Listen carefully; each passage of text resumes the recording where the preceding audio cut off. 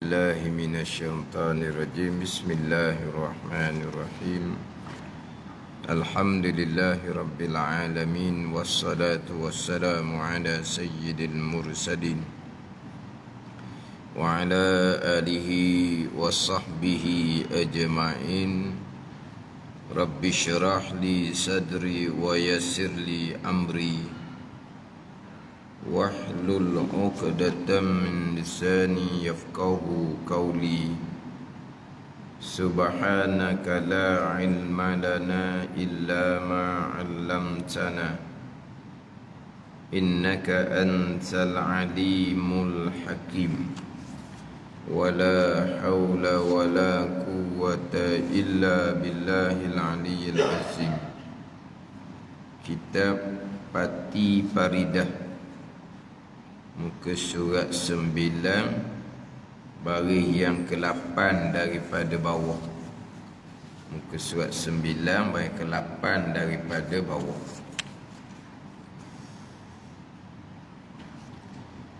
Qala al-muallifu rahimahullahu ta'ala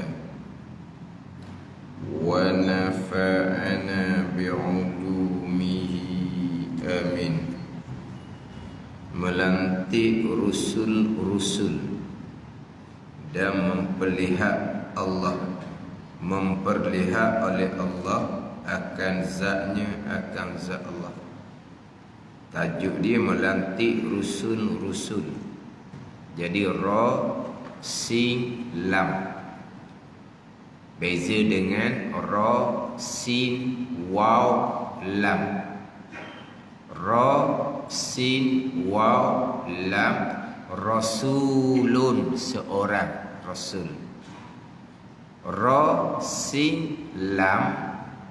Rusul, ra bagi depan, sin bagi depan. Rusulun, ramalah. Di rusul ni ramah. Dia rasulun, seorang. Rasulani, dua orang. Rusulun, jamak.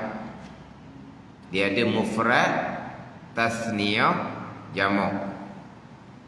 Orang putih dia ada dua, singular, plural. Dia ada dua je. Adapun bahasa Arab dia ada tiga. Satunya mufrad, kemudian tasniyah, dua. Jamak, tiga ke atas. Jadi ra, sin, waw, lam itu mufrad. Rasulun, ra bagi atas, seorang rasul. Kalau tasniyah, dua orang. Rasulani, dua rasul. Kalau jamak, rusulun, ra bagi depan, rusulun. Dia ginilah, macam kitabun, satu kitab. Kitabani, dua kitab. Kutubun, banyak. Kutub, kutub kanah apa? Kutub, mana apa kutub? Kitab. Ada gitu. Tapi di sini ni ra, sin, lam, kemudian bunga nombor 2. Mana dah kalau bunga nombor 2 tu ra, sin, waw, lam. Rasul. Kalau rusul, jadi tak payahlah nombor 2 tu. Jadi nak baca berbayah ni. Melantikkan rusul-rusul. Jadi apa dia rusul-rusul? Rasul. Ra bagi atas. Kalau ra, sin, waw, lam. Bola rasulun. Rasulullah ada. Muhammadur Rasulullah. Rasulullah. Ra tu bagi atas ni ra, sin, lam, rusul. Melantik rusul-rusul dan memperlihat Allah, ini memperlihat oleh Allah akan zatnya, akan zat Allah. Dan berkata Mu'tazilah, berkata di sini dengan makna beriktikad. Berkata dengan makna beriktikad. Dan berkata Mu'tazilah, beriktikad oleh Mu'tazilah. Mu'tazilah ni golongan-golongan yang terpesong tergelincir daripada jalanan ahli sunnah wal jamaah atau Mu'tazilah. Tapi Mu'tazilah ni, nama Mu'tazilah bukan mereka yang bubuh nama mereka Mu'tazilah. Ahli sunnah wal jamaah lah yang meletakkan nama mereka Mu'tazilah. Bukan mereka yang menamakan puak mereka sebagai puak Mu'tazilah, bukan. Macam beginilah bandingan contoh ajaran sesat. Adakah mereka yang menamakan mereka ajaran sesat? Tak. Mereka mengatakan mereka lah ajaran sebenar. Hak kita ramai-ramai ni lah ajaran sesat. Jadi letak nama mereka tu ajaran sesat. Mana apa ni? Pihak ahli sunnah wal jamaah lah yang meletak bahawa puak ni puak ajaran sesat. Bukan puak mereka yang kamilah ajaran sesat. Bukan. Sama juga Mu'tazilah. Bukan mereka kata mereka Mu'tazilah. Bukan nama mereka. Ni contoh. Golongan Mu'tazilah yang menafikan perkara jahat qada Allah, mereka panggil golongan mereka adalah Ahlut Tauhid wal Adli. Nama dia. Mereka namakan puak mereka dengan Ahlut Tauhid wal Adli. Ahli Tauhid dan Ahli Adil dia panggil. Ahlut Tauhid wal Adli. Ahli Tauhid dan Ahli Adil. Yang kita panggil mereka Mu'tazilah. Golongan yang terpesong daripada jalanan Al-Quran dan hadis Nabi SAW, kerana mereka menafikan perkara jahat datang daripada qada dan qadar. Tapi mereka namakan puak mereka adalah Ahlut Tauhid wal Adli. Sebab apa wal Adli, adil? Sebab mereka beranggapan ahli sunnah wal jamaah yang berpegang perkara jahat, kufur dan maksiat datang daripada qada dan qadar, sampai masa berlakulah perkara kufur dan maksiat yang diqada qadarkan oleh Allah. Siapa yang akan dihukum di hari akhirat? Orang yang kufur, orang yang melakukan maksiat, yang mana kekufuran yang dilakukan, maksiat yang dilakukan hak Allah juga, qada qadar Allah. Maka berlakulah qada qadar Allah. Berlaku Allah hukum orang yang kufur dan maksiat yang datang dari qada dan qadar, zalim gitu Allah Taala. Ini Mu'tazilah.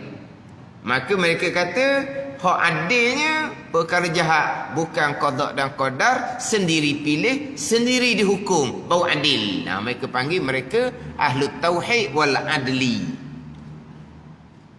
Barulah adil sungguh dia kata. Seseorang yang kufur dan maksiat dibakar dalam neraka kerana apa? Kerana kufur dan maksiat yang pilihan mereka sendiri, yang bukan qada Allah Subhanahu wa taala. Allah hanya mengetahui. Baru betul, baru adil. Ini Mu'tazilah. Jadi nama puak mereka adalah Ahlut Tauhid wal Adli. Jadi bagi mereka hak ahli sunnah wal jamaah ni berpegang perkara jahat, kufur dan maksiat qada Allah juga. Jadi jatuh Allah ni seperti zalim. Dah kufur dan maksiat seseorang qada Allah. Bila Allah mengqadakan pasti berlaku. Masya Allahu kan wa man lam yasha' lam yakun. Itu hadis Nabi SAW. Barang yang dikehendaki oleh Allah pasti berlaku. Barang yang tidak dikehendaki oleh Allah pasti tidak berlaku. Sebab kalau barang yang dikehendaki oleh Allah tiba-tiba tidak berlaku, jadi lupa lala Allah Ta'ala ni pula.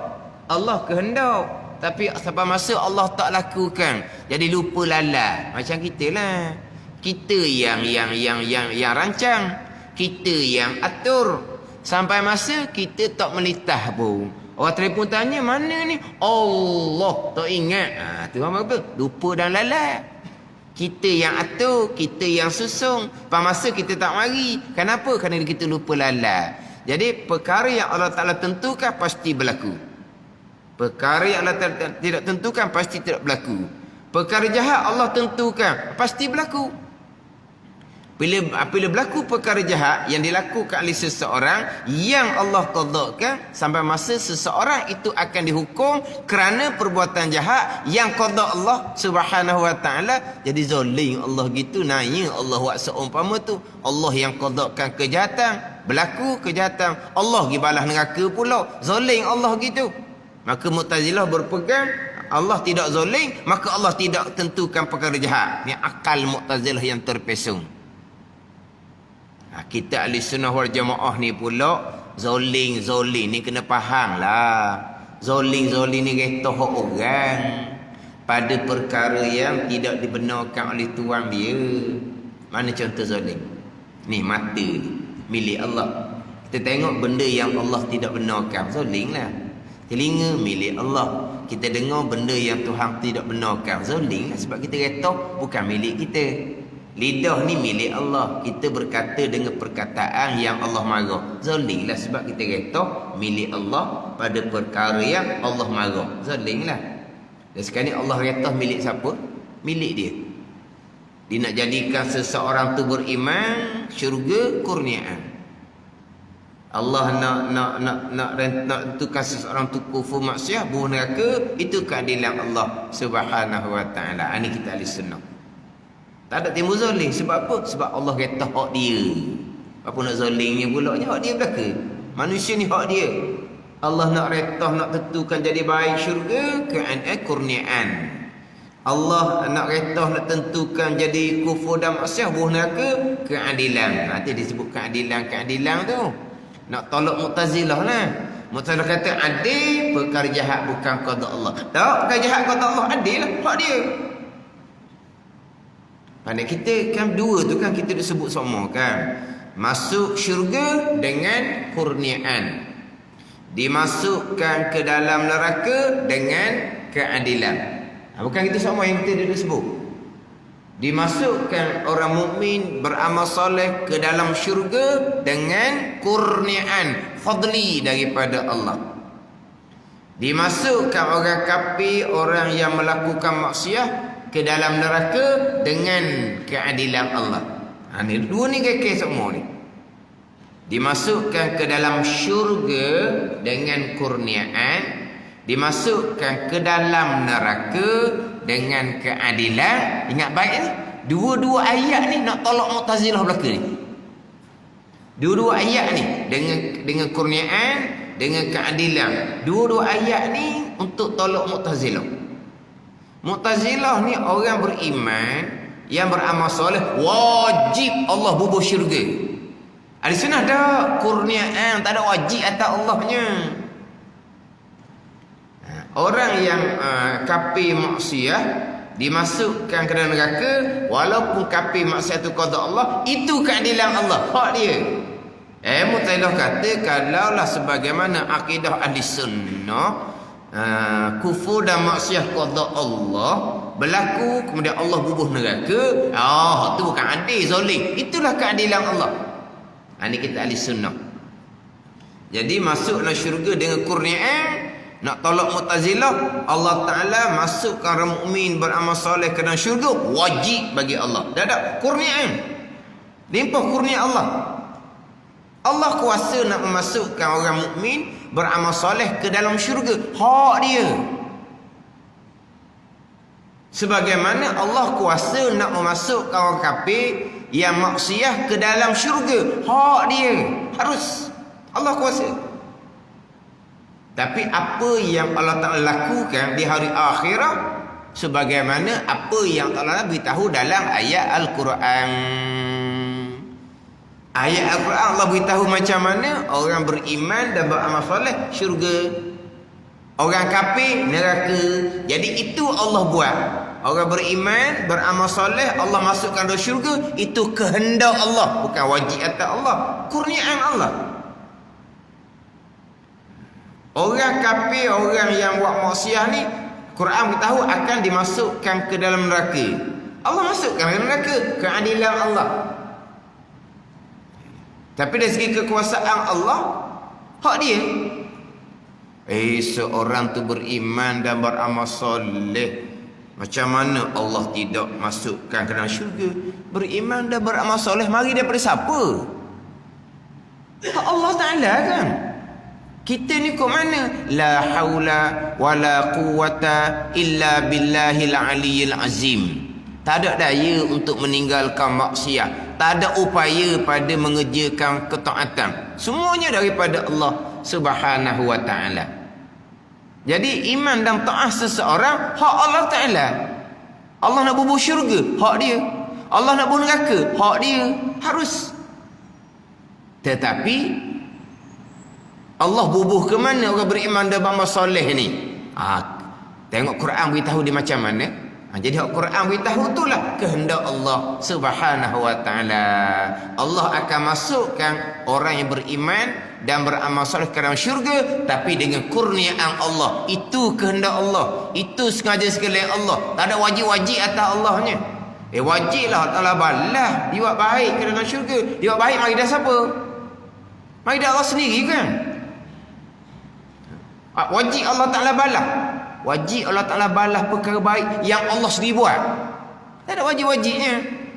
Tapi Allah masukkan ke dalam syurga, itu adalah kehendak Allah. Sebagaimana yang Allah nyatakan dalam Al-Quran kalamullah. Dari segi kekuasaan Allah, Allah harus boleh. Nak ubuh mana-mana pun boleh. Tapi kena faham dah di sini. Apa yang Allah akan lakukan sebagaimana apa yang Tuhan beritahu dalam Al-Quran kalamullah. Kalamullahnya memberitahu bahawa orang beriman dan beramal soleh syurga. Kalau Allah tak masuk ke dalam syurga, jadi kalamullah bohong, jadinya mustahil. Dah kalamullah kata gitu-gitu yang Allah akan lakukan. Tapi dari segi kekuasaan Allah, hak dia belaka, kok pandai dia nak buh mana pun. Sebab itulah orang beriman, beramal soleh dimasukkan ke dalam syurga dengan kurniaan, bukan kewajipan pun. Sebaliknya orang kafir dimasukkan dalam neraka, keadilan hak dia belaka. Allah boleh nak memasukkan orang kafir, orang yang derhaka ke dalam syurga. Boleh, hak dia. Kenapa tak boleh pulaknya orang kafir Allah nak masukkan ke dalam syurga? Sebab diri kafir itu qada-qada Allah sendiri kan. Bila diri kafir itu qada-qada Allah sendiri, haruslah Allah nak masukkan ke dalam syurga. Sebab kafir itu qada-qada Allah Ta'ala sendiri. Harus Allah nak memasukkan orang kafir ke dalam syurga. Harus kira pada kekuasaan Allah. Tapi kalamullah Quran beritahu macam mana? Neraka. Innal ladzina kafaru min ahlil kitab wal musyrikin fi nari jahannam khalidina fiha. Kata terang dia kan. Orang kafir neraka, kekal pula nerakanya. Kalau Quran beritahu begitu, maka masuk neraka adalah kehendak Allah dengan keadilan Allah. Sebab apa sebut keadilan? Sebab nak tolak Mu'tazilah yang menyatakan bahawa kafir seseorang, maksiat seseorang bukan qada-qada, barulah Allah ni adil. Sebab tu mereka namakan puak mereka Ahlut Tauhid wal Adli. Nama comel tu kan. Mu'tazilah ahli sunnah yang bubuh nama. Di awal Islam Mu'tazilah ni bukan sebarang. Di kalangan ulama, sebab tu dia panggil ulama Mu'tazilah. Contohnya yang pertama-tama digelar sebagai orang yang i'tizal, orang yang tergelincir, Wasil bin Atta, murid kepada Hasan Al-Basri rahimahullah. Hasan Al-Basri ni min kibarit tabi'in, ulama tabi'in hak besar. Tabi'in ni sempat dengan sahabat lah, atau sempat dengan Nabi, sebab Hasan Al-Basri lahir pada masa pemerintahan Sayyidina Umar radhiyallahu anhu. Tapi Hasan Basri min kibarit tabi'in, daripada ulama tabi'in yang besar. Murid dia yang paling cerdik Wasil bin Atta. Itulah orang yang i'tizal, orang yang tergelincir mula-mula sekali. Siapa Wasil bin Atta ni? Orang yang sangat zuhud, orang yang sangat cerita bab latar belakang dia. orang yang sangat kuat ibadah, Wasil bin Atta' ni. Tapi pegangannya tergelincir murid kepada Hasan Al-Basri rahimahullah. Ulama bukan sebarang-sebarang. Dihalau oleh gurunya, dia boleh buat halakah ilmu di masjid yang sama, boleh cari murid yang setanding dengan murid guru dia ramai juga. Tu cerita awal Islam tu. Dia lari daripada guru dia Hasan Al-Basri rahimahullah, dia boleh buat halakah ilmu di masjid yang sama ramai murid dengan murid guru dia. Lepas tu tengok pelik, mana mungkin dia salah pegangan, siapa dia? Ini ulama-ulama ni. Orang sekarang ni ustaz-ustaz gitu je, bukan ulama besar pun. Jadi ustaz pun diustazkan oleh orang je. Pelik apa kalau terpesong bab pegangan. Dahulu ni ulama-ulama yang mempengaruhi khalifah, 2-3 khalifah Islam yang dipengaruhi oleh ulama-ulama Mu'tazilah. Mereka ada kitab, mereka ada guru. Ni Mu'tazilah asal dia. Contoh dalam sejarah Ma'bad Al-Juhani, ulama Ahlussunnah yang masyhur, tiba-tiba akhirnya dia berpaling kepada akidah Mu'tazilah. Jadi pelik apa masa kita sekarang? Title-title tinggi dalam agama, tapi bila bicara bab pegangan, mana mungkin Allah mengqadakkan perkara jahat? Takkanlah Allah mengqadakkan Firaun tu kafir sampai masa Allah bunuh Firaun dan neraka? Mana keadilan Allah? Ni dalam ceramah ni. Allah mengqadakkan, mana Allah Taala tahu Firaun tu kafir, bukan Allah yang menentukan Firaun kafir. Jadi kalau Allah yang menjadikan Firaun, Allah menentukan pada azab Fir'aun kafir, maka Fir'aun kafir sampai ke mati, Allah kekalkan Fir'aun dan neraka, jahat dalam neraka. Di manakah keadilan Allah kalau seumpama itu? Dan neraka mana? Orang agama. Confident dia tu.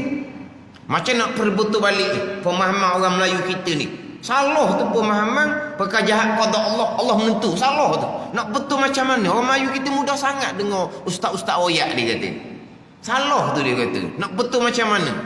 Nak betul ke mana? Bukan qada Allah perkara jahat. Mana mungkin? Mana keadilan Allah? Tapi sekarang ni bawa ustaz tadilah bukan ulama besar pun, pelik apa. Dahulu ni ulama-ulama Mu'tazilah ni bukan sebarang-sebarang orang. Kemudian Mu'tazilah pula bukan mereka terpesong pada semua pegangan. Satu-satu pegangan je mereka terpesong, tapi cukup. Walaupun mereka jasa besar dalam agama, mereka alim dalam bidang-bidang yang lain, dari segi pegangan walaupun hanya satu yang terpesong, cukup dah, habis. Ada ni.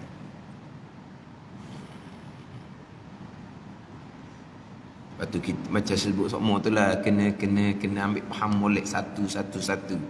Hak bab qada dan qadar. Tapi nak ceritanya Mu'tazilah ambil nama mana ni? Ahlussunnah yang bubuh Mu'tazilah. Mu'tazilah nama besar ni dan kita dalam kaum Marbawi, Mu'tazilah ni ada 20 fahaman yang berbeza pula.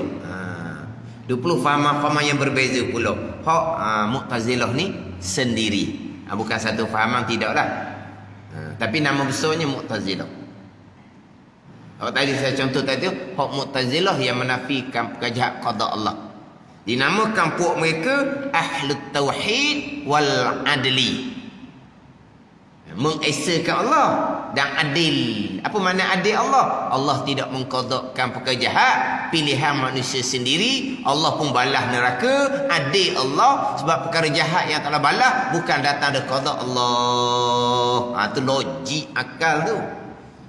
Mu'tazilah ni itu satu alasan akal dia. Ada beberapa alasan akal dalam kitab yang saya biasa sebut. Takut nak cerita alasan akal Mu'tazilah. Takut nak cerita. Sebab apa? Takut kita termakan. Jadi saya biasa sebutnya, akal Mu'tazilah disandar atas ta'addi Tuhan. Kalau perkara jahat qada Tuhan bunuh neraka. Itu saya ambil. Sebab tu saya biasa dengar. Di kalangan orang kita tu saya biasa dengar. Oh, kalau gitu ustaz, perkara jahat qada Allah sampai masa berlaku Allah bunuh neraka, naya dah aci ya. Dia guna ayat tu. Ni sungguh ni. Naya dak aci. Zalim lah maksudnya dah. Samalah. Oh kalau perkara jahat qada Allah berlaku, Allah balas pun neraka. Oh naya gitu kita. Dak aci ya Tuhan. Jadi perkara jahat yang dihukum kita dia yang qadakan. Oh dak aci ya gitu. Jadi naya dak aci tu sama dak dengan zalim. Sama dah. Naya dak aci. Zalim kan dah. Tapi tak ada dengar lagi ayat zalim tu. Ayat naya tak aci. Lepas tu saya akan guna biasanya alasan Mu'tazilah. Hak zalim tu je lah. Dia ada lagi beberapa alasan Mu'tazilah yang memang jadi Apa jadi? Logik dengan akal. Ayat Al-Quran, hadis Nabi mereka tolak. Sebab apa? Tak selain dengan akal. Hak rukun iman kena Nabi bersabda terang-terang tu, wa tu'mina bil qadari khairihi wa syarrihi tu kan baik jahat. Hak Tuhan belaka kan? Dah akal tak boleh terima hak jahat Tuhan. Dia pusingnya.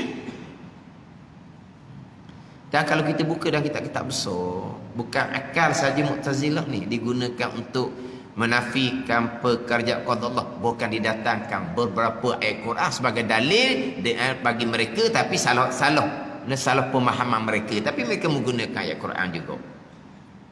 Sebab tu kata masa kita ni dengan kita lemah ni, Tuhan tidak qadakan kepada kita orang yang betul-betul bijak pandai bawa akidah Mu'tazilah secara terbuka. Tak ada.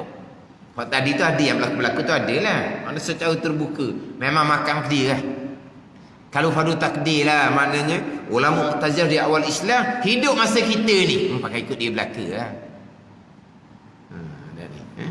Sebab kita lemah sangat. Tapi lemah kita, ujian pun tak seberat ujian orang pada masa dahulu. Dia gitulah. Tapi bila ujian tu berat, Tuhan uji kepada orang yang kuat-kuat. Bila kita ni lemah, ujian pun taklah sekuat sebagaimana ujian hak dahulu. Tapi walaupun ujian tu tak kuat mana, tapi rebah dah. Gitu je kita ni. Ya sungguh. Nanya tak aci ayat mulut. Hak menafikan pekerjaan qada Allah, ayat mulutnya nanyalah kalau gitu. Dak acilah Tuhan kalau gitu. Perkara jahat Allah qadakan pasti berlaku. Bila berlaku Allah pergi balas pula pun neraka. Siang lagi tu tak aci gitu. Lepas tu saya biasa guna hak alasan Mu'tazilah, dia kata tak adil. Kalau perkara jahat qada Allah berlaku, Allah hukum pun neraka. Itu je saya ambil tu pun yang kadang-kadang pusing juga.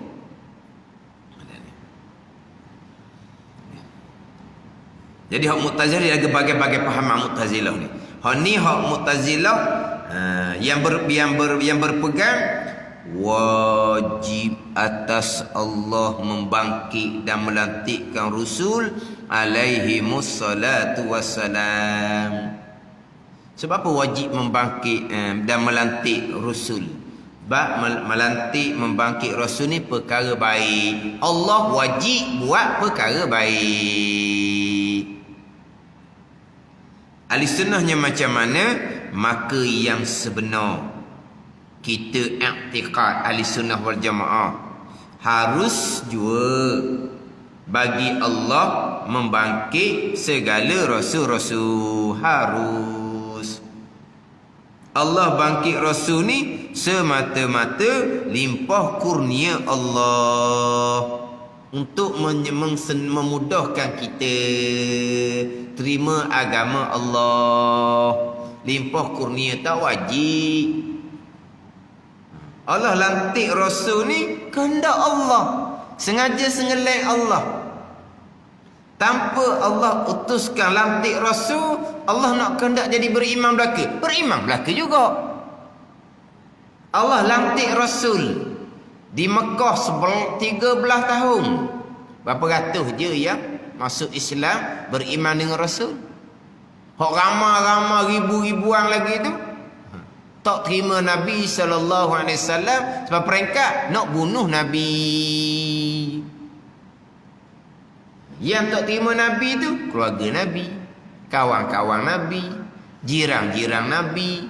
Hak kenal Nabi zahir dan batin, hak sebaik-baik manusia, tak terima juga. Nak ceritanya hak Allah Ta'ala. Sebaliknya kita ni 1400 tahun lebih dah boleh terima mudah-mudah hak Allah Ta'ala. Itu je lah. Pada masa Nabi tu dengan mukjizat lagi. Mana kalau kita katalah adat kata, tak ada seorang tak beriman. Adat kata dah belah bulan lagi, nampak terang-terang di hadapan mata orang kafir. Nak kata Nabi ni belajar ilmu sihir, kena belaka dah. Nabi tak belajar ilmu sihir. Orang tak nak belaka. Kata sihir tu alasan je. Orang yang kata Nabi ni sihir pun dia tahu dah Nabi bukan sihir. Tapi dia buat alasan, lidah buat alasan gitu je. Maknanya mereka percaya itu mukjizat datang daripada Allah. Tapi Allah Ta'ala tidak kehendak mereka beriman. Tak berimanlah juga. Nabi ni bukan mukjizat selepas dilantik menjadi Nabi Rasul. Bahkan daripada kecil lagi dah masyhur di Nabi berlaku benda-benda yang mencari adah. Hak berlaku di Nabi masa budak-budak tu kan, itu bukan satu cerita yang tersembunyi. Cerita tu orang kafir Quraisy tahu belaka kan. Dan orang kafir Quraisy boleh jangka dah bahawa Muhammad ni akan menjadi manusia yang terkemuka. Sebab apa? Sebab berlaku berbanyak benda pelik di Nabi kita pada masa budak-budak. Maknanya kalau Nabi kita umur 40, isytihar sebagai Rasul, mudah-mudah yang kafir Mekah boleh terima. Oh patut pun banyak berlaku benda pelik daripada budak Rasul. Kian mudah je. Bukan kata mukjizat, irhas, benda pelik yang berlaku di Rasul daripada budak lagi tu pun cukup dah. Kalau pakai adat kata lah. Maknanya itu semua susunan Allah. Allah nak jalankan seumpama, Allah jalankan seumpama tu. Tapi segala-gala datang daripada Allah, kehendak Allah. Harus Allah nak melantik Rasul, dan harus Allah tak mahu melantik Rasul. Allah melantik Rasul, sebahagian besar yang tidak beriman, harus sebagai Allah, hak dia. Sebahagian kecil saja beriman, hak dia. Tiba-tiba orang Madinah, orang yang negeri lain, tiba-tiba nak sambut Rasul, nak terima Rasul, letak sebagai ketua pula dah. Nabi kita orang Mekah, bukan orang Madinah. Dah. Orang Madinah nak lantik Nabi sebagai ketua di Madinah. Akad janjian akan mempertahankan Nabi. Orang luar suku sakat pula, mudah-mudah terima Nabi. Itu bahagian masing-masing. Qada qadar Allah Subhanahu wa ta'ala. Sebab itulah dia Mekah Madinah ni lah. Mekah Madinah ni, Mekah orang kampung tidak terima, Madinah orang kampung luar terima. Samalah macam kata pondok besar, pondok orang kampung seorang pun tak ada ngaji dalam tu. Anak orang kampung seorang tak ada tahu belajar dalam tu. Tapi orang mari mana ni? Orang luar mari peramal. Gitu je lah. Tak pelik tu. Kan? Sepatutnya dah pondok tu besar, tu guru tu alim, orang kampung lah pakai atas belakang pergi ngaji pondok. Senang, boleh ulang alik ayah duduk pondok. Jadi makan pun di rumah. Seorang tak ada. Dah orang ramai dalam tu. Orang luar bukan orang dalam, bukan orang kampung tu. Tak gitulah. Orang Mekah tak terima, orang Madinah boleh terima. Pelik apa? Sama juga orang kuliah, gitulah juga. Kuliah walaupun bunyi gepa macam mana pun, orang dekat tak mampu, orang jauh no. Tu bahagian masing-masing. Gitu je. Bahagian masing-masing. Dalam surah Al-An'am ayat 125, ayat ni biasa saya suruh ingatlah ayat ni. Surah Al-An'am ayat ke-125. Ingat mulai ayat tu. Ayat tu dalil baik, jahat, qada. Wa tu'mina bil qadari khairihi wa syarrihi, tu hadis sahih Muslim, hadis. Baik, jahat, qada. Ayat Quran surah Al-An'am ayat ke-125. Allah Ta'ala berfirman, "Faman yuridillahu an yahdiyahu yashrah sadrul Islam maka sesiapa yang menghendaki oleh Allah akan bahawa memberi hidayah oleh Allah akan sesiapa, nescaya Allah Ta'ala akan melapangkan, membukakan dadanya, hatinya untuk peluk agama Islam. Tuan buka, terima mudah-mudah macam orang Madinah. Sebaliknya, wa man yurid an yudillahu yaj'al sadrahu dayiqan haraja ka'annama yas'adu fis sama'. Dan sesiapa yang mendaki oleh Allah akan bahawasanya menyesak oleh Allah akan sesiapa. Siapa yang menyesakkan? Allah lah. Wa man yurid an yudillahu, dan sesiapa yang mendaki oleh Allah akan bahawa menyesak oleh Allah akan sesiapa, yaj'al sadrahu dayiqan haraja, nescaya menjadi Allah Ta'ala akan dadanya, akan hatinya sempit, tak nampak kebenaran. Walaupun Nabi itu depan-depan mata, tak nampak.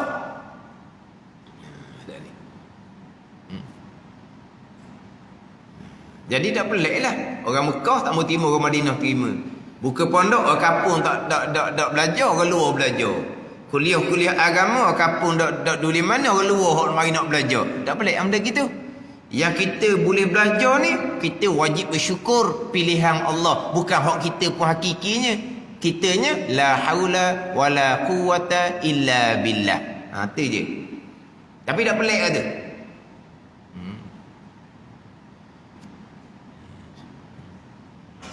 Kadang-kadang hak ada di masjid pun ada di masjid. Hak ada di masjid, orang berkenaan masjid, orang mengajar, dia isap rokok je belakang ni, bersembang. Dia tak duli kuliah. Dia orang berkenaan dah. Bersembang belakang. Isap rokok pula belakang. Lepas tu kondeng pula orang ngajar. Orang ngajar gini. Pandai dia pula ni. Tu biasa je nak. Mana dia orang dalam dah tambuh.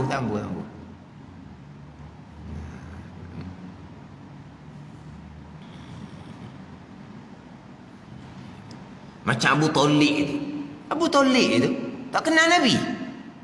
Dia pertahankan Nabi dengan nyawa dia. Dia tahu Nabi sebenar, dia kenal Nabi sallallahu alaihi wasallam. Dia bela Nabi. Dia sayang Nabi daripada anak dia sendiri lagi. Siapa kedekat nak mati pun Nabi duduk pujuk. Tambuh. Tambuh pas sudah. Itu cerita Nabi sallallahu alaihi wasallam. Sebab apa? Sebab orang yang sayang ke dia, duk bela dia, duk tahan ke dia, tambuh. Pakai mati, tambuh pula dia seorang aja. Bini beriman, anak beriman. Dia seorang je tambuh. Pelik apa? Ayah okey je. Ayah seorang je dekat kepala sungguh. Pelik apa? Abu Talib dia seorang je. Bini beriman, Fatimah binti Asad. Anak beriman, dia tambah beriman. Gitulah pelik apa? Bagi yang masing-masing. Mana kalau kata Abu Talib tu tak ada alasan nak tolak Nabi sallallahu alaihi wasallam, tak ada alasan. Siapa yang cerita kepada ni Abu Talib? Hak kata Nabi ni akan jadi rasul, kena alik, takut nanti kan Gisham tu lah, takut orang kenal Nabi akan buat khianat ke Nabi. Abu Talib tahu dah cerita dia nya. Tahu dah ceritaan Nabi sallallahu alaihi wasallam ni. Hak kisah pergi Syam tu. Nama apa hak dia punya apa? Rahib tu lah nama apa? Hak rahib masa pergi ke Syam tu. Maknanya kenapa lagi tak mau terima? Bahagian masing-masing. Jadi Allah latih Rasul ni tidak wajib bagi Allah. Kehendak Allah, limpah kurnia Allah. Sebab pada hakikinya perbuatan tidak ada, melainkan hanya perbuatan Allah. Tidak ada hak tauhid pada perbuatan ni, tidak ada. Kesemua yang berlaku perbuatan Allah Subhanahu wa taala. Makhluk tidak ada perbuatan. Itu dipanggil keesaan pada perbuatan. Ini keesaan pada perbuatan ni. Keesaan pada perbuatan dalam kitab Kifayatul Awam, annahu laisa li ahadin minal makhluqati fi'lun li annahu ta'ala al-khaliqu li af'alil makhluqat minal anbiya'i wal malaikati wa ghairihima. Apa makna keesaan pada perbuatan?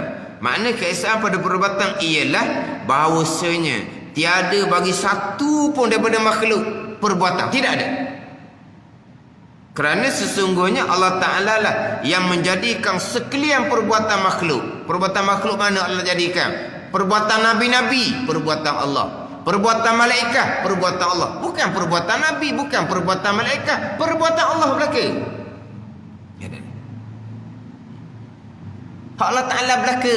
Semua yang berlaku tu hanya zahir sahaja, macam lakonan sahaja. Hakikinya daripada Allah Subhanahu wa Ta'ala segala-gala. Jadi lantik Rasul ni kehendak Allah. Allah yang perbuatkan atas limpah kurnia Allah. Tak ada wajib-wajib atas Allah Subhanahu wa Ta'ala. Harus pada akal. Tapi Allah melantik itu adalah kehendak Allah pada azal. Hak mana yang beriman tak ramai di Mekah tu kehendak Allah. Hak ramai-ramai kafir tu kehendak Allah. Bukan tak terima saja, nak berperang pula dengan Nabi hak berada di Madinah. Tak payah dah, biarlah. Nabi hijrah dah. Tutup bukulah nabinya. Nabi sebaik-baik manusia. Nabi sebaik manusia, tak ada nak cerita. Nabi ni amanah, tak pernah melakukan perkara daripada budak, bukan selepas jadi Rasul. Kita ni kadang-kadang kemudian boleh jadi baiknya. Budak-budak nakal. Nakal lah ke anak orang tu, ke anak orang ni, curi buah tu, curi buah ni. Masa budak-budak macam-macam perangai. Dah Nabi tak ada. Nabi tak ada. Nabi ni amanah, berjuru daripada budak lagi. Bukan selepas jadi Rasul saja. Mana tak boleh nak cari apa keburukan Nabi. Nabi ni pula lahir daripada mak ayah mana? Abdullah, sebaik-baik lelaki pada masa itu. Aminah, sebaik-baik perempuan pada masa itu. Masyhur sekelamin sebaik-baik manusia. Bukan kata Abdullah ayah Nabi tu, tak apa nak comel tu. Dah. Pada masa tu orang Mekah ni, lelaki paling baik Abdullah, perempuan paling baik Aminah. Yelah kadang-kadang kan orang ni nak cari kesalahan seseorang tak jumpa, dia bakit keturunan. Ya, nak cari kesalahan seseorang tak jumpa, dia bakit keturunan lah. Ayah dia siapa dulu? Mak dia siapa dulu? Ni ayah Nabi, toki Nabi siapa kata orang-orang terkemuka belaka. Orang-orang yang terkemuka belaka. Orang duduk depan belaka, orang baik belaka. Bukan setakat mak ayah Nabi SAW. Sebab tu kata, kalau kira adat kata gak, tak ada seorang yang tidak beriman. Tiba-tiba orang kemudian kita boleh beriman. Itu qada qadar bahagian masing-masing.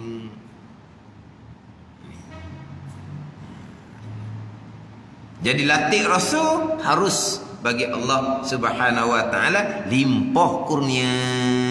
Mu'tazilah dah wajib Allah Ta'ala latih Rasul. Sebab apa? Itu perkara baik, Allah wajib buat baik. Perkara jahat bukan datang dari qada Allah pula dah. Ini Mu'tazilah. Dia jauh lari daripada pegangan ahli sunnah wal jamaah.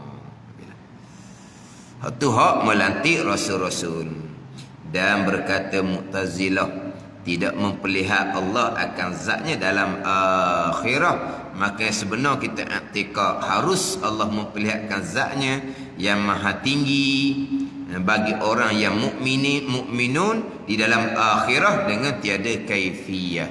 Ini berkaitan dengan melihat akan zat Allah Subhanahu wa Ta'ala di hari akhirah di dalam syurga. Itulah nikmat syurga yang paling besar sekali. Dinyatakan di Musyaf 70 tu. Musyaf 70 berakhir kitab Pati Paridah, cerita bab syurga. Jadi sebesar-besar nikmat syurga adalah memandang zat Allah Subhanahu wa Ta'ala. Mu'tazilah menafikan tak boleh tengok zat Allah. Ahli sunnah kita boleh tengok zat Allah dengan dalil Al-Quran dan dalil hadis Nabi sallallahu alaihi wasallam. Wallahu a'lam.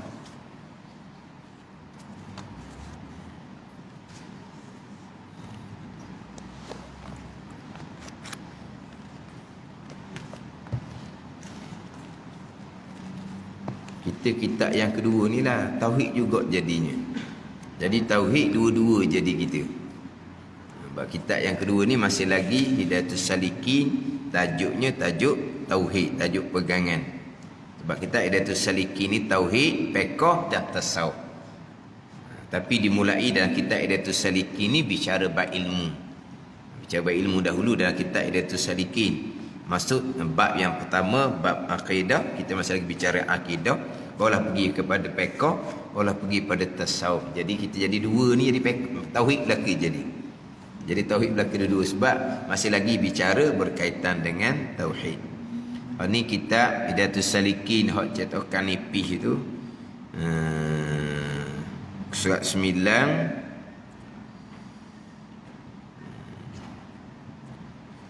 baris yang ke-5 daripada bawah. Baris yang ke-5 daripada bawah.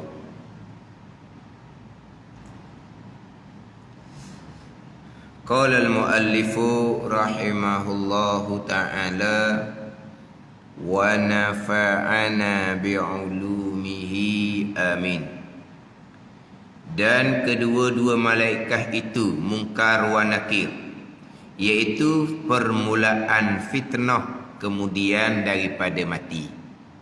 Permulaan fitnah kemudian daripada mati adalah persoalan Munkar dan Nakir. Demikian lagi wajib atas mereka itu percaya akan seksa kubur. Bawa pergi pada seksa kubur. Fitnah ujian besar yang pertama selepas daripada kematian adalah fitnah persoalan Munkar dan Nakir.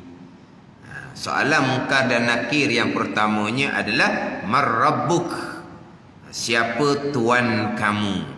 Wa ma dinuk, apa agama kamu? Wa man nabiyyuk, dan siapakah nabi kamu? Lepas ada lagi lah, wa ma qiblatuk, apakah kiblat kamu?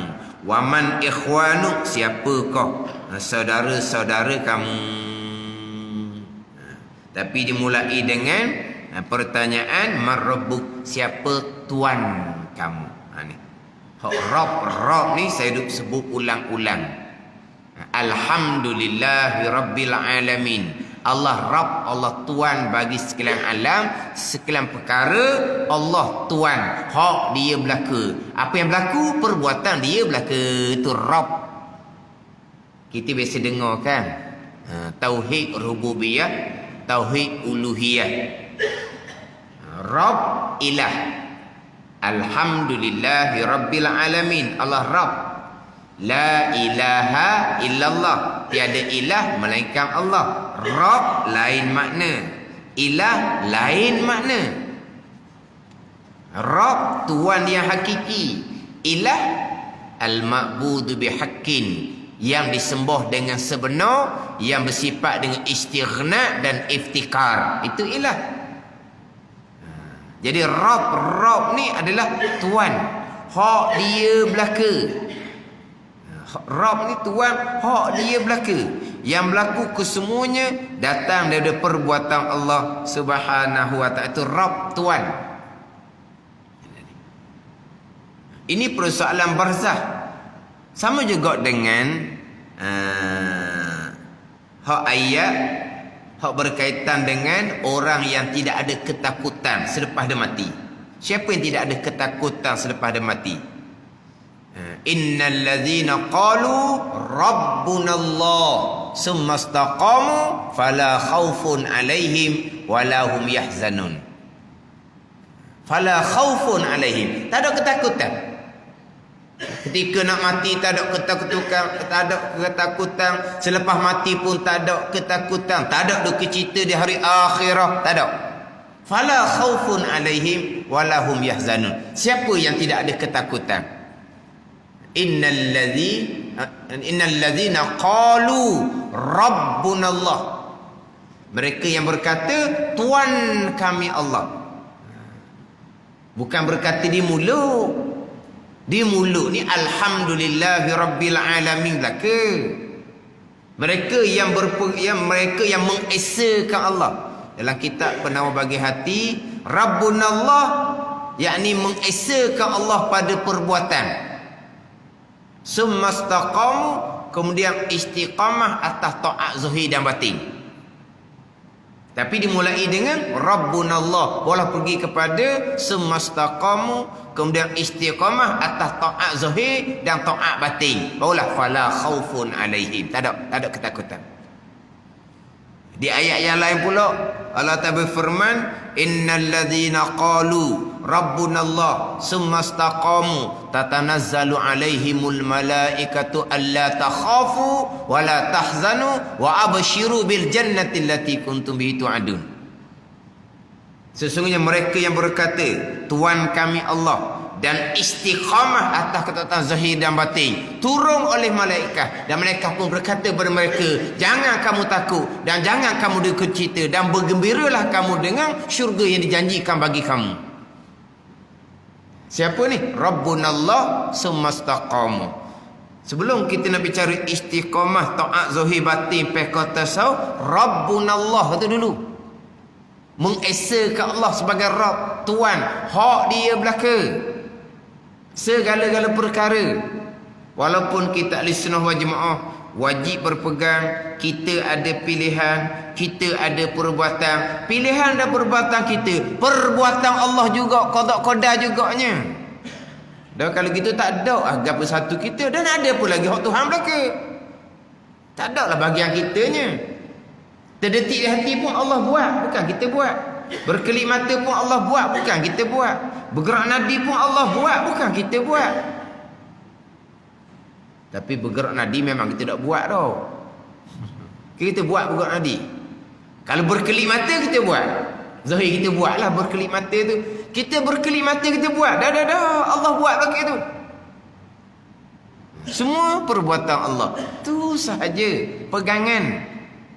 Percakapan kita cakap asbab, tak ada salah apa pun. Tu saya buat, tu saya buat, tu saya, tak ada salah apa pun. Ingatan di hati tak mari ingat pun kepada perbuatan Allah. Tuan tak ambil salah tu. Tuan ambil salah. Hati kita orang awam nak ingat macam mana hukum hakam pun kita dah ingat. Bukan nak ingat pada qada Allah, hukum hakam kita dah ingat. Ingat hukum hakam. Masa kita ngupak kita ingat hukum hakam. Ingat dah. Ingat ngupak haram, tapi dah ingat apa pun ngupak juga. Lah ingat lah. Kadang-kadang astagfirullah bulan Ramadan ngupak saat ni. Astagfirullah apa kena jumpa Tuhan dia minta maaf. Baru minta ampun dengan Allah. Dia ingat astagfirullah tu lepas dia ingat. Mana kita hukum hakam pun kita dah ingat. Riya, ujub, takabur kita biarkan saja. Walah itu haram ijma' ulama. Nak ingat akan qada dan qadar tak dituntut. Tapi pegangan kita tetap dah sekalian perbuatan Allah. Atau banyak kita berpegang Allah sebagai Rabb. Ini persoalan pertama. Kemudian Rabb, kemudian istiqamah atas ketaatan itulah. Barulah tak ada kebimbangan, tak ada ketakutan. Dekat nak mati yang paling besar ujian, lepas dah mati ni barzah. Tak ada ketakutan lah. Malaikat tanya mar rabbuk, boleh jawab lah sebab dia orang yang beriman. Istiqamah atas ketaatan zahir dan batin. Tapi kita ni Rabb dengan ilah ni kita terjemah Tuhan. Jadi sebab tu kita dia nak beza. Rabb ni apa makna, ilah ni apa makna.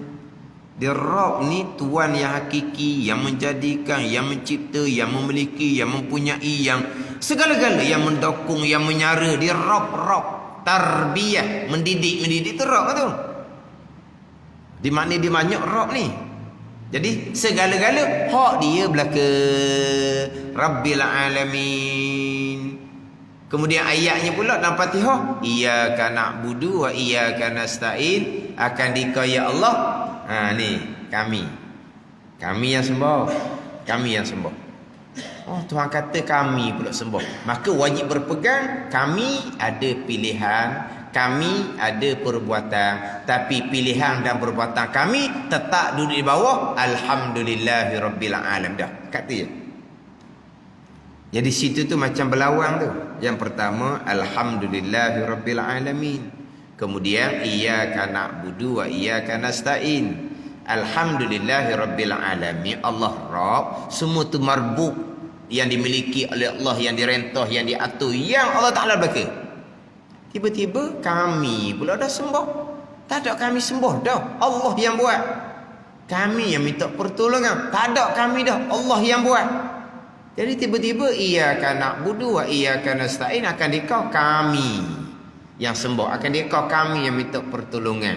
Jadi dalam Quran kata kita berpeganglah. Kami ada pilihan, kami ada perbuatan, tapi pilihan dan perbuatan kami tetap duduk di bawah Rabbil Alamin. Hak Tuhan juga hakikinya. Mana hakiki tak ada apa satu, walaupun kita wajib berpegang hamba kita ni ada pilihan dan perbuatan, tidak berpegang hamba ada pilihan dan perbuatan, itu Jabariyah yang tidak berpegang dengan iyyaka na'budu wa iyyaka nasta'in. Akan letak molek dah situ je. Tapi kita nak cerita sini hak Rabb Allah Tuhan. Rabbunallah summastaqamu. Istiqamah atas ketaatan zahir dan batin. Istiqamah bukan celang-celuk, bukan hanya satu-satu masa sahaja. Istiqamah bukan hanya bulan Ramadan, habis. Bukan. Istiqamah atas taat zahir dan batin. Ilmu fiqh kena comel, ilmu tasawuf kena comel. Tapi dimulai dengan Rabbunallah. Tuhan kami ialah Allah Subhanahu wa taala. Barulah boleh jawab, "Man rabbuk?" Siapa Tuhan kamu? Allahu Rabbi. Rabbi Allah, bermula Tuhan aku ialah Allah Subhanahu wa taala. Jadi berkaitan dengan malaikat munkar nakir ni permulaan fitnah, kemudian daripada mati. Yang mana persoalan kepada mati ni selepas dikebumikan akan disoal oleh malaikat munkar dan nakir. Sebab itulah kita disunatkan segera talqinkan. Kita sunat segera talqin. Sebab apa? Sebab makna selesai ke bumi, malaikat munkar nakir pun terus bertanya. Maka disunatkan talqin pandangan Imam Nawawi. Pandangan Imam Nawawi sunat talqin. Dalam fiqh Islami wa adillatuh, dalam fiqh Islami wa adillatuh lah, karangan Dr. Wahbah Az-Zuhaili. Kitab fiqh mazhab ni memang masyhur lah. Kalau sebut kata hukum tu ambil mana dalam fiqh Islami wa adillatuh, fiqh mazhab. Mana orang pun pakai ada apa? Mana orang skandal lah, ada ni. Orang skandal. Jadi dalam fiqh Islami wa adillatuh di bawah tajuk talqin ba'dal maut. Talqin ba'dal maut. Talqin selepas ke bumi. Dia talqin ketika nak mati. Hak tu tak ada khilaf ulama. Hak Nabi kata laqinu mautakum la ilaha illallah. Ajar oleh kamu akan orang nak mati itu dengan la ilaha illallah. Tu kalimatut tauhid dipanggil. La ilaha illallah dipanggil kalimatut tauhid. Yusabbitullahu allazina amanu bil qawli sabit fil hayatid dunya wa fil akhirah. Ni biasa orang baca talqin ni baca ayat ni. Yusabbitullahu allazina amanu bil qawli sabit fil hayatid dunya wa fil akhirah. Menetap oleh Allah Taala akan mereka yang beriman dengan qaul, dengan perkataan yang sabit. Apa dia qaul sabit? Iaitu kalimatut tauhid. La ilaha illallah. Kalimatut tauhid. Allah akan menetapkan akan orang beriman dengan kalimah tauhid ketika hidup di dunia dan di hari akhirah. Boleh jawab persoalan. Memanglah buku talqin tu ajar, tapi akan baca ayat ni. Yusabbitullahu allazina amanu bil qawli sabit fil hayati dunya. Apa perkataan yang tetap? Kalimatut tauhid, la ilaha illallah. Jadi hak laqinu mautakum la ilaha illallah. Ajar oleh kamu akan orang nak mati dengan la ilaha illallah. Itu sepakat ulama. Hak timbulnya talqin ba'da dafni. Talqin selepas ke bumi atau khilaf ulama. Talqin dekat nak mati itu sepakat ulama. Talqin. Kalau kita orang nak mati kan, kita kata talqin lah. Talqin, wanda tak mati lagi. Buku talqin pun tak bawa. Kita tak faham. Talqin yang ajar tu lah talqin. Talqin tu ajar. Orang tu nak mati kan, awak talqin lah dianya. Pening kitanya. Tak boleh kata gitu. Nak kata mana? Ajar ngucap. Ajar ngucap baru pandai. Ajar ngucap. Kalau tu talqin dengan la ilaha illallah. Pengong kita. Sebab apa? Talqin ni kena buka buku selepas ke bumi. Tu talqin ba'da dafni. Talqin selepas ke bumi. Hak ni talqin dekat nak mati. Hak Nabi kata laqinu mautakum la ilaha illallah. Ajar oleh kamu akan nak mati dengan la ilaha illallah. Tu sepakat ulama. La ilaha illallah. Kita sebut ajar ngucap. Ajar ngucap dah tu ngucap. Dia ngucap ni mana? Asyhadu an la ilaha illallah wa asyhadu anna Muhammadar Rasulullah. Ajar gitu? Dah. Jangan dah ajar gitu. Tu dalam drama tu tak mati pun pelakon tu. Tengok filem lain ada pula dia bila mati dianya. La ilaha illallah Muhammadur Rasulullah. Siapa saja gitu? Tu mengucap. Bukan saja mengucap. Ajar apa? Ajar kalimatut tauhid la ilaha illallah. Tu je. Dan tidak disunatkan tambah Muhammadur Rasulullah. Tak sunat tambah. Kalau tertambah Muhammad Rasulullah, sunat ulang balik la ilaha illallah. Tak berhenti. Asyhadu tak ada. Dia asyhadu ni hak ni. Orang yang nak mati tu orang kafir. Orang nak mati tu orang kafir, kawan kita memang dia nak Islam dah. Tapi dia jadi tunda.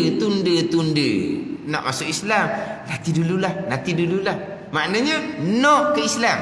Tapi cuma dia tangguh. Hak ni wajib kita ajar dia 2 kalimah syahadah dekat nak mati.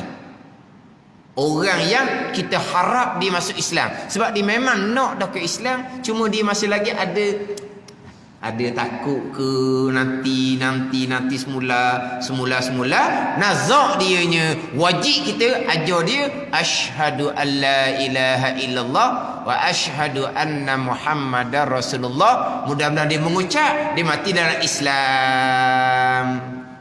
Tu wajib ke? Barulah ada asyhadu alla ilaha illallah. Baru ada mengucap tu.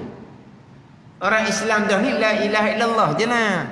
Muhammadur Rasulullah pun tak sunat tambah. Cuma ginilah. Tiap-tiap keadaan yang mana kita hanya disunatkan sebut la ilaha illallah, kita tidak disunatkan tambah Muhammadur Rasulullah. Contohnya tadilah nak ajar orang nak mati ni, maka kita disunatkan ingat di hati akan Muhammadur Rasulullah untuk membezakan kita dengan Yahudi dan Nasara. Sekarang tiap-tiap keadaan yang mana kita hanya disunatkan kata la ilaha illallah, tidak sunat tambah Muhammadur Rasulullah. Selepas kita kata la ilaha illallah, sunat kita hadirkan di hati kita akan Muhammadur Rasulullah. Ada gitu. Jadi di antaranya ni lah, ajar orang nak mati hanya sunat ajar dengan la ilaha illallah, tidak sunat tambah dengan Muhammadur Rasulullah. Jadi Muhammadur Rasulullah kita sebut di hati. Sunat seumpama itu. Contoh ni ginilah, selepas azan dan iqamah, tidak disunatkan tambah Muhammadur Rasulullah. Azan iqamah kan akhirnya dengan la ilaha illallah. Allahu akbar, la ilaha illallah. Tidak disunatkan tambah Muhammadur Rasulullah. Termasuk bila tukang entuk bila yang iqamah pun sama, tidak sunat tambah Muhammadur Rasulullah. Bukan kita orang yang menjawab ni sahaja. Tok Bilal sendiri pun Allahu akbar, la ilaha illallah. Tok Bilal tak sunat tambah Muhammadur Rasulullah selu-selu. Tak sunat. Tok Bilal iqamah pula Allahu akbar, la ilaha illallah sahaja. Tak sunat tambah di mulut Muhammadur Rasulullah. Hak ni lah sunat, ingat di hati Muhammadur Rasulullah. Itu Tok Bilal. Kita yang jawab ni pun sama. Tok Bilal kata Allahu Akbar, Allahu Akbar, kita pun jawab Allahu Akbar, Allahu Akbar. Sebab Nabi suruh kita jawab, faqulu misla ma yaqul. Jawab oleh kamu sebagaimana yang dikatakan oleh tukang bang.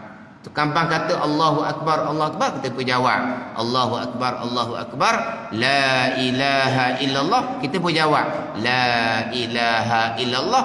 Kita yang menjawab ni tak sunat tambah Muhammadur Rasulullah, tak sunat.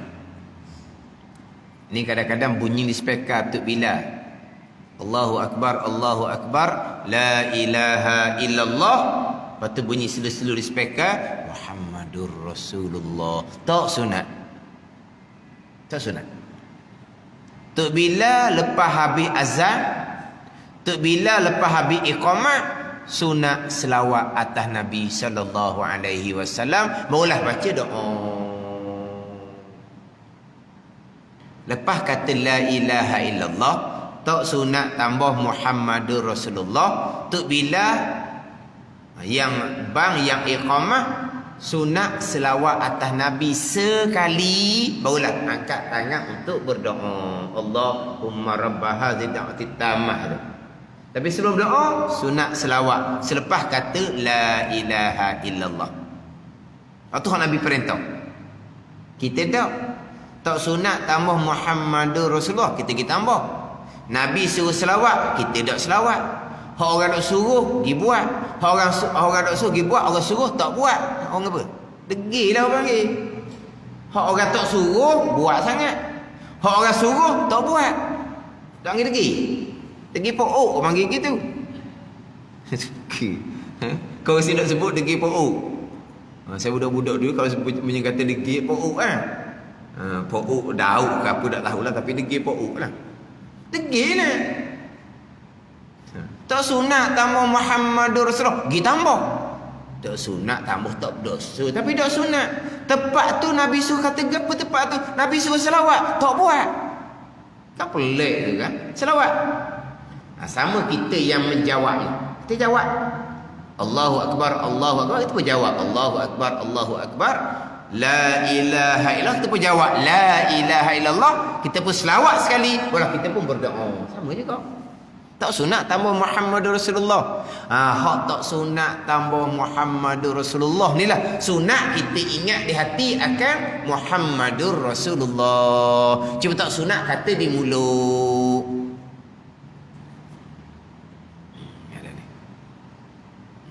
Kasar tak kita buat kan sebenarnya. Mana kita buat? Lepas daripada kita jawab la ilaha illallah tu, sebelum kita baca doa lepas azan, lepas iqamah tu, kita selawat ke tak? Jarang orang selawat. Sekarang ni dalam radio Aikim. Radio Aikim perasan tak? Radio Aikim dia lepas azan dia ada selawat. Perasan tak? Tapi selawat dia panjang sikit lah. Tak selawat kakak-kakak tak apa dah. Mana kalau kita perasan radio Aikim lepas habis bar dia ada selawat, barulah dia baca doa. Perasan tak? Ke dah buka radio Aikim? Buka radio apa ni? Itulah radio orang tua tu kan? Radio klasik. Radio klasik. Orang haji buka radio klasik. Dia apabila lepas bang dalam radio Aikim tu, dia ada doa. Lepas bang dia, tapi tengok molek sebelum doa tu dia ada selawat. Gitu kan? Kita nak gitu kan? Tapi selawat dia tu panjang, kita nak pendek sudah nah. Tapi nak ada selawat. Tapi tak ada Muhammad Rasulullah, tak sunat tambah. Tak sunat tambah Muhammadur Rasulullah. Ada sunat tambah ni lah. Kita sunat ingat di hati Muhammadur Rasulullah. Nak membezakan kita dengan Yahudi Nasara yang mengaku Allah Tuhan tapi tolak Nabi Muhammad sallallahu alaihi wasallam. Yahudi Nasara asal lah, hak mengaku Allah sebagai Tuhan. Jadi Nasara hak ubah dah tu. Allah tu Allah lah Tuhan lain dianya. Tuhan ada 2 3 tu bukan lah tu. Jadi kita talqin dekat nak mati tu la ilaha illallah tu talqin. Hak tu sepakat ulama. Dia nak talqin dekat nak mati ni pun kena belajar juga adab-adab dia. Kita jangan desak, makruh kita desak. Kita hanya bisikkan sahaja. La ilaha illallah. Bisik saja. Jangan kita pergi ngucap. Tu makruh kita tu. Makruh seumpama tu. Jangan duduk desak-desak. Kita hanya bisikkan saja, dia pun turut la ilaha illallah. Jadi ulang. Kita ulang pula, makruh kita ulang. Sekali cukup. Jangan ulang. Nak banyak lepas mati kita tahlil lah. Banyaklah. Masa tu sekali cukup lah.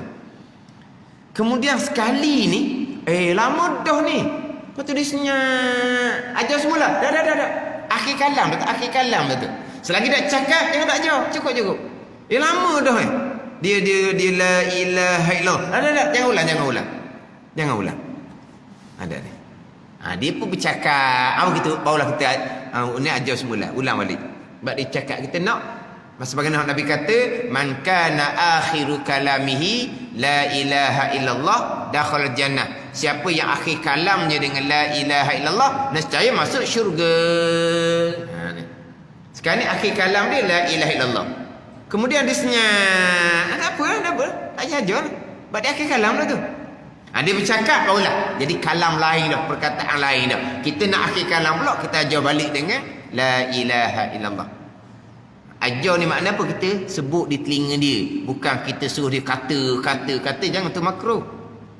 Kemudian sunat pula ajar ni, jangan hok makan pusaka lah. Seelok-elok kalau ada orang lain. Ni seelok-elok kalau ada orang lain. Anak makan pusaka, natu tak makan pusaka, sunat tu aja. Anak ada anak lelaki, dia menghabisi pusaka. Cucu ada, cucu yang aja. Sunat dia gitu. Ada ni. Sunat aja tu bukan hak makan pusaka. Tapi kalau tak ada orang lain, anak-anak gila. Tapi kalau tak ada orang lain, anak saja ada situ, sunat kita pilih anak yang paling rapat. Dengan hak nazak tu. Anak paling rapat. Anak bosu ke contohnya. Sebab apa jadi gitu hukum agama ni? Nak melepaskan daripada tohmah. Apa tohmah? Bunyi anak dia, anak sulung dia ajar ngucap, anak aku nak mati ni nak gomor pusaka. Ada ni. Takut tohmah gitu. Syarak dia jaga belaka. Dia jaga hak ajar ngucap, jangan hak makan pusaka, jangan hak balok. Jangan hak musuh. Hak musuh aja ngucap ni, patut aja ngucap dah aku mati cepat dah balok. Ada ni. Kalau tak ada orang lain lah. Tapi kalau masa di nazak tu, seteru dia yang di situ. Seteru nak semua aja gila. Tapi mana kalau ada orang lain, hak baloh dengan dia tu, tak boleh. Bunuh biar orang lain aja. Sunat seumpama tu. Untuk mengelak tohmah. Takut kan dia tak jadi mati kan? Dia tak jadi mati. Masa tengah sedar-sedar tu, kuat kali aja ngucap. Nak tersaka kamu ni. Ke ni. Itu dari segi hukum dia sunat je. Mana kalau ada orang lain, ada menantu ke ada orang takkan bersaka lah. Biar hak ni aja. Sunat seumpama tu. Kemudian tadi lah. Bukan kata kita tekan. Kita hanya sebut saja. La ilaha illallah. Kita aja mengucap tu sunat je tu, bukan wajib ya. Bukan wajib, sunat je. Dan macam mana kalau dia mati tidak sempat mengucap la ilaha illallah? Macam mana kalau kita ajar dia la ilaha illallah, dia tak sebut, dia tak turut. Kan ni? Bukan tak turut ni, dia cakap benda lain pula. Ni ada cerita-cerita ni. Orang ajar mengucap, dia duduk ikan, jual ikan pasar. Jangan kata kau jual ikan pasar ni. Hak kisah tu. Macam mana tu? Orang jual la ilaha illallah, mai duk ikan. Warna ni. Kita kena tanggung pada masa tu dia tak sedar. Sebab apa? Sebab sakaratul maut sangat berat. Dia tak sedar. Keluar di mulut dia, hak biasa duk banyak di mulut. Tapi dia tak turut mengucap tu, dia bukan kira kepada la ilaha illallah tu, kira kepada akidah masing-masing. Kalau akhir kalam la ilaha illallah, i'tiqad la ilaha tak ada nilai. Man kana akhiru kalamihi la ilaha illallah dakhala jannah, Hak Nabi kata siapa akhir kalamnya la ilaha illallah nescaya masuk syurga, akhir kalam dengan la ilaha illallah serta mengiktikadkan keesaan Allah dengan la ilaha illallah, barulah ada nilai. Maknanya kalau orang tu tak jawab pun tak ada apa-apa. Dia mati tak sebab mengucap pun tak ada apa-apa. Sebab apa? Perkiraan masing-masing dengan Allah Subhanahu wa taala. Oh, kita pelik. Dia kata kita aja mengucap, dia tak turut pakai mati, dak mengucap siang ke dia, jangan. Jadi ni. Tak apalah, kita ajar dia la ilaha illallah, senyap je kita ulang pula la ilaha illallah, senyap, lepas tu mati, tak ada apa-apa. Sebab apa? Kiraan bukan di situ. Sebab itulah hukum kita ajar tu sunat, bukan wajib. Sebab perkiraan di situ bukan hak di lidah ni. Ni dia akidah masing-masing si mati tu. Ni di sini. Bukan di sini. Mana kata kalau kata di mulut dia keluar perkataan lain pun jangan kita tomah. Tadilah ikan orang ajar la ilallah dia duk ikan. Ais, tak ada benda dah kan, jangan. Jangan tu tomah gitu. Ni. Orang kita mudah sangat. Hak tadilah hak tak ngucap. Dia tu tak ngucap, mati tak ngucap, kawan tu tak ada bahagia, jangan. Lepas tu ajar hanya sunat saja. Tapi nak cerita itu talqin ketika nak mati, itu sepakat ulama. Talqin ba'da dafni. Dalam fiqh Islam Adillah tu talqin ba'da dafni sunat di sisi Asy-Syafi'iyah, Hanabilah. Tidak sunat di sisi Malikiyah dan Hanafiyah. Dia gitu. Jadi ulama bermazhab Syafi'i Hambali sunat talqin selepas ke bumi. Ulama bermazhab Maliki Hanafi tak sunat talqin selepas ke bumi. Dah kata je. Kita bermazhab Syafi'i sunat talqin. Hak sunat talqin ni pandangan Imam Nawawi, pandangan Ibnu Salah guru pada Imam Nawawi, sunat talqin selepas ke bumi. Tak ambuh talqin terpulang. Tak ambuh talqin kita mujur sebab boleh balik cepat. Kan siapa? Duk balok talqin ke tambu. Benda khilaf. Dah kita talqin tu kenapa tu? Kenapa? Kerana hak dalam Quran sebut fazakir fa inna zikra tanfa'ul lil mu'minin. Beringatanlah kamu, sesungguhnya peringatan bagi manfaat pada orang beriman. Kita pun bagi peringatan di atas. Kita pun ajar. Tu je. Tapi yang sebenar-benar jawabnya adalah iman dan amal masing-masing. Kita hanya nak bagi peringatan, mudah-mudahan si mati yang beriman ni boleh ambil manfaat dan peringatan. Itu je. Ada pula kata talqin ni bukan untuk orang mati, dia kata talqin ni untuk orang hidup, dia kata. Talqin untuk orang hidup ni di masjid surah ni talqin untuk orang hidup. Tu talqin untuk orang mati lah tu. Dia pening kata orang panggil. Sebab apa? Ada kata dok sunat talqin. Dia pun nak helok. Kita talqin bukan untuk orang mati, kita talqin untuk orang hidup. Siapa suruh talqin untuk orang hidup? Kita talqin untuk orang mati. Atas pandangan hak kata sunat, pandangan dalam mazhab Syafi'i. Tapi itu khilaf. Tak mau baca talqin pun tak ada apa masalah. Tapi jangan duk tuduh menuduh. Tuduh menuduh tu tak ada khilaf tu. Itu haram, dosa. Talqin, bid'ah, neraka. Tu salah. Tambah talqin Berapa amal talqin? Saya nak pakai pandangan hak kata tak sunat talqin. Jalanlah. Ya. Mak ayah dia, kau anak dia. Mak ayah dia, kau anda. Sini talqin ke tak? Lepas ke bumi. Ada talqin. Dia talqin tu bukan untuk orang hidup, talqin tu untuk mayat dalam kubur tu. Tapi nak cerita kita sunat talqin tu segera. Sebab apa? Sebab fa innahu al-an yus'al. Sekarang dia dah tanya. Ajar lalulah. Ada ni. Atas pandang kata sunat talqin selepas ke bumi, mudah-mudahan si mati akan dapat manfaat. Fazakir fa inna zikra tanfa'ul lil mu'minin. Tuhan kata beringatanlah kamu, sesungguhnya peringatan beri manfaat pada orang-orang yang beriman. Dia pun ajarlah situnya.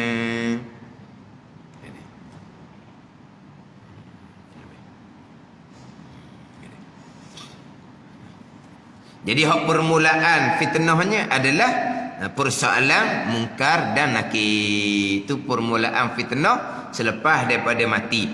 Demikian lagi, wajib atas mereka itu mukallaf, orang yang berakal serta baligh, percaya akan seksa kubur bagi orang maksiat dan kesenangan bagi orang yang beribadah. Seksa kubur bagi orang yang maksiat dan kesenangan bagi orang yang beribadah.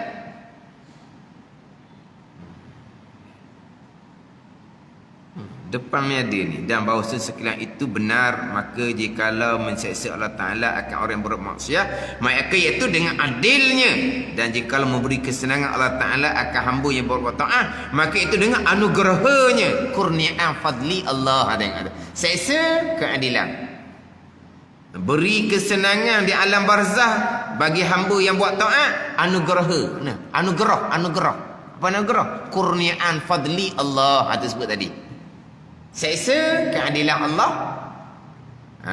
bagi nikmat kurniaan Allah Subhanahu wa taala. Jadi di antara wajib kita beriman adalah seksa kubur bagi orang yang maksiat dan kesenangannya bagi orang yang beribadah. Seksa kubur, ni ijma' ahli-sunnah jemaah ni. Ada seksa kubur dan ada nikmat alam barzah, raudatun min riyadil jannah, kebun daripada kebun syurga, hufratun min hufarin nar, lubang daripada lubang neraka. Jadi hak tak boleh nak jawab kena seksa, hak boleh jawab maka sama ada tidur umpama malang pengantin ataupun kebun daripada kebun-kebun syurga. Ni alam barzah. Kemudian seksaan barzah ni panjanglah diceritanya, berkaitan dengan kala jengking alam barzah ni sendiri. Seksaan di alam barzah, sebaliknya bagi orang yang buat taat, nikmat di dalam alam barzah. Cuma berkaitan dengan azab nikmat ni, dia azab kubur. Dia orang yang mati ni, dia ada 3 golongan orang yang mati. Orang yang beriman dan beramal soleh, itu raudatun min riyadil jannah, kebun daripada kebun syurga. Kemudian 2 golongan laginya hak kena azab kubur. Azab kubur ni kena kepada ruh dan jasad, bukan ruh saja. Azab kubur, nikmat kubur kena kepada ruh dan jasad. Hak kata ruh saja yang kena azab, bukan jasad. Dia punya ruh saja dapat nikmat. Itu mana apa ni? Itu perkataan dan kitab dia kata tidak diiktibar, tak terima perkataan tu, tak pakar perkataan tu. Dia soalan muka dan nakir, soal ruh dan jasad. Kemudian boleh jawab dapat nikmat ruh dan jasad. Tak boleh jawab kena azab ruh dan jasad. Sebab selepas dikebumikan, sebelum malaikat tanya, akan dikembalikan roh kepada jasad badan si mati. Benar barulah munkar dan nakir tanya dia gitu.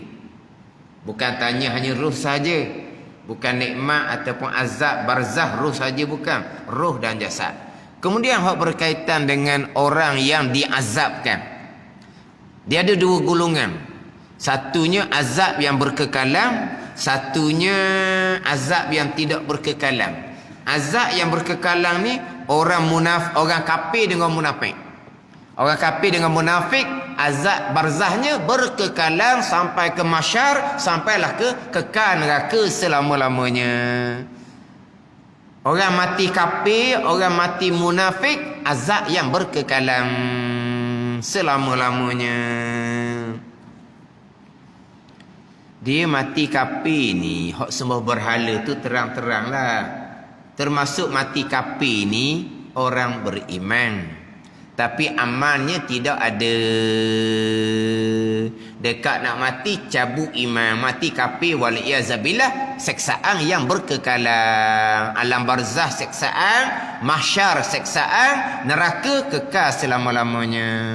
Orang beriman yang tercabut iman dekat nak mati. Orang beriman ni Kalau orang akidah pun tak selesai, amal ibadah tidak diterima oleh Allah Subhanahu wa taala. Hak ni beratlah. Orang yang berpegang dengan akidah-akidah yang salah. Dosa akidah satu hadah, malaikat catat setiap saat. Semayang ke, puasa Ramadan ke, Tuhan tak terima. Haji Tuhan tak terima, amal tak ada. Dosa sepenuhnya. Macam mana nak hadapi dekat nak mati? Hak pegangan salah, hak tak hukum kafir ni. Hak hukum dosa besar. Hak hukum kafir habis cerita lah. Jadi hak kata kafir ni bukan kafir semua berhala saja. Hak tu jelas sangat. Ini orang yang beriman, orang Islam yang beriman. Tapi imannya, akidahnya akidah yang terpesong walaupun tak hukum kafir sekalipun. Akidah Mu'tazilah sebut tadi, perkara jahat bukan qada Allah. Ada benda lah tu. Perbuatan-perbuatan kita sendiri. Kita memilih sendiri. Kita melakukan sendiri. Sebab Allah Ta'ala beri upaya dah kepada kita. Bukan Allah buat lagi dah. Ada benda lah tunya. Semayang tidak diterima, puasa Ramadan tidak diterima. Habis cerita waktu tu. Dekat nak mati tercabut iman, kekal seksaan selama-lamanya sebab mati kafir. Hak yang kedua ni, seksaan kubur li usatil mukminin. Bagi orang mati dalam iman tapi ada banyak dosa. Hak ni ada harapan.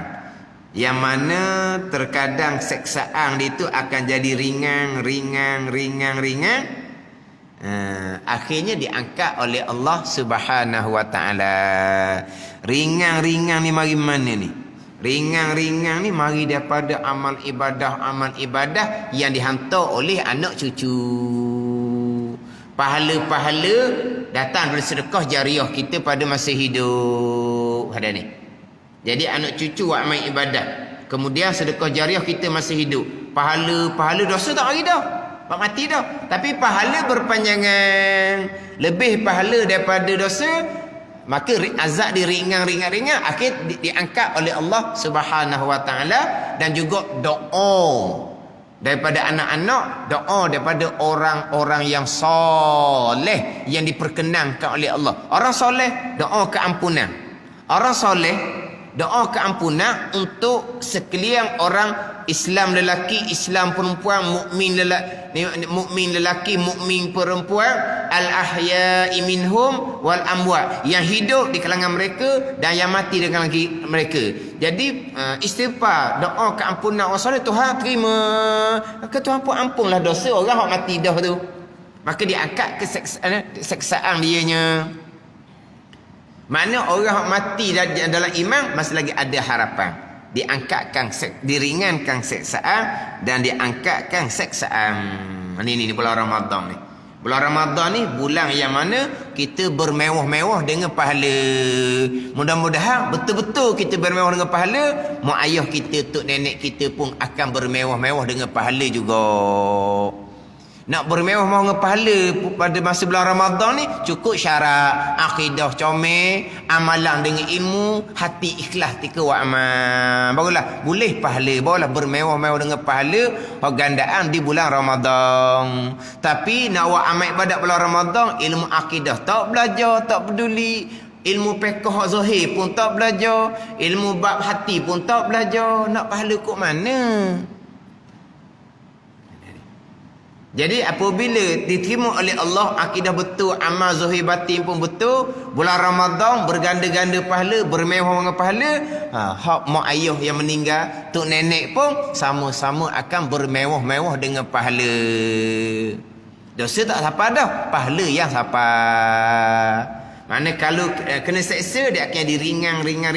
Akhirnya diangkat oleh Allah Subhanahu wa taala seksaan di alam barzah. Sebab apa? Sebab pahala berpanjangan daripada amalan anak cucu dan juga daripada sedekah jariah kita. Tapi kena pastikan kita sendiri berakidah. Mudah-mudahan mati dalam iman. Dan anak cucu kita amal ibadah berpahala, anak cucu yang berakidah. Kalau anak cucu semayang tak pernah tinggal, berjemaah tak pernah tinggal, berjuru sangat-sangat, mengaji Al-Quran pandai, tiba-tiba akidah tak peduli, tak ada nilai belaka tu. Jangan sebut bulan Ramadan sahaja nak dapat kelebihan. Tapi selama ni prasyaratnya ilmu kita tidak titik beratkan. Ni untuk diri kita dan untuk mak ayah kita, tok nenek kita. Kita kena sungguhlah. Tambahan pula kalau kita ilmu tak lepas, akidah tak selesai, di situ ada taksir cuai ibu bapa kita kerana tak ajar sebelum kita masuk membaligh, mereka ada bahagian kerana kecuaian mereka. Kita akidah tak betul sebab tidak diajar oleh ibu bapa kita. Ibu bapa lah guru kita yang pertama, yang wajib kena ajar akidah sebelum masuk membaligh. Tapi mak ayah kita tak ajar kita balik dalam keadaan akidah pun tak tahu ke mana. Kita kena perbetulkan akidah, bertaubat dengan Allah. Mudah-mudahan mak ayah kita tak ada taksir, tak ada cuai, amal ibadah diterima oleh Allah. Apabila kita dicatatkan pahala, mak ayah kita automatik dicatatkan pahala tanpa perlu niat. Ini saya sebut semua ni tanpa perlu niat. Sebab apa? Sebab ibu bapa kita adalah kita. Ini kita ni adalah ibu bapa kita. Kita mari mana? Zahirnya mari daripada mak ayah kita. Jadi kita ni mereka. Jadi kita buat amal, mereka buat amal. Boleh pahala pada mereka walaupun tanpa niat. Nak niat gila. Cuma kalau mak ayah dapat pahala apabila kita niat, ni saya tanya tak boleh nak jawab biasa ni. Sekarang kita duduk di masjid. Lama mana dah? Setengah-setengah dah.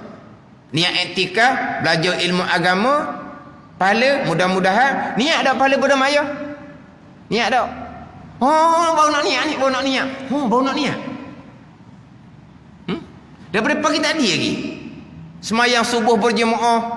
Lepas tu kita besar sendiri pula nak mari kepada kuliah ni. Lepas tu kita mari kuliah ni pula semua pahala belaka tu. Niat dah pahala pada mak ayah?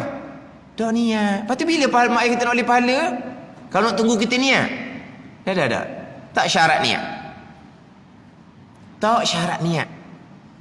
Kita dapat pahala, mak ayah kita automatik dapat pahala, tok nenek kita dapat pahala, sampai Nabi Adam alaihi salam akan dapat pahala. Tapi kalau tu nak niatlah. Masa derma tu kan, kalau niat ni jadi lebih banyak sikit. Kalau tak niat untuk mak ayah, dia RM20 je. Kalau niat untuk mak ayah, RM20 juga. Allah doa lalu. Ni nak derma di masjid, niat untuk mak ayah, RM1 juga. Banyak sikit. Oh, banyaknya bui RM50 untuk mak ayah ni. Jadi kurang sikit sayang tau. Ke mana? Janganlah niat mak ayah RM20. Tapi niat tau niat. Apa yang kita lakukan kebajikan, kita dapat pahala, mak ayah kita automatik dapat pahala. Itulah faedah anak yang soleh.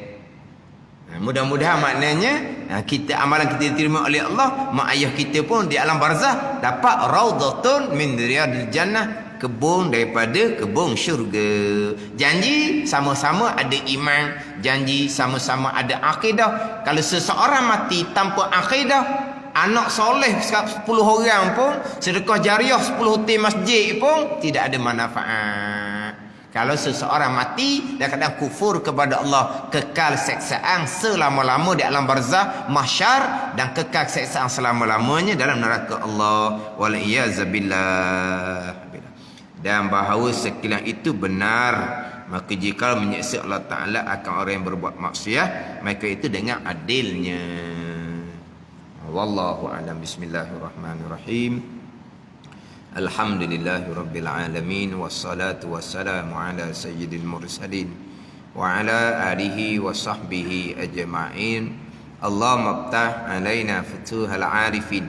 Allahumma allimna ilma akdamin wa fahimna famasabikin warzuqna ruqat talibin. Allahumma zidna ilma wa alhiqna bis salihin.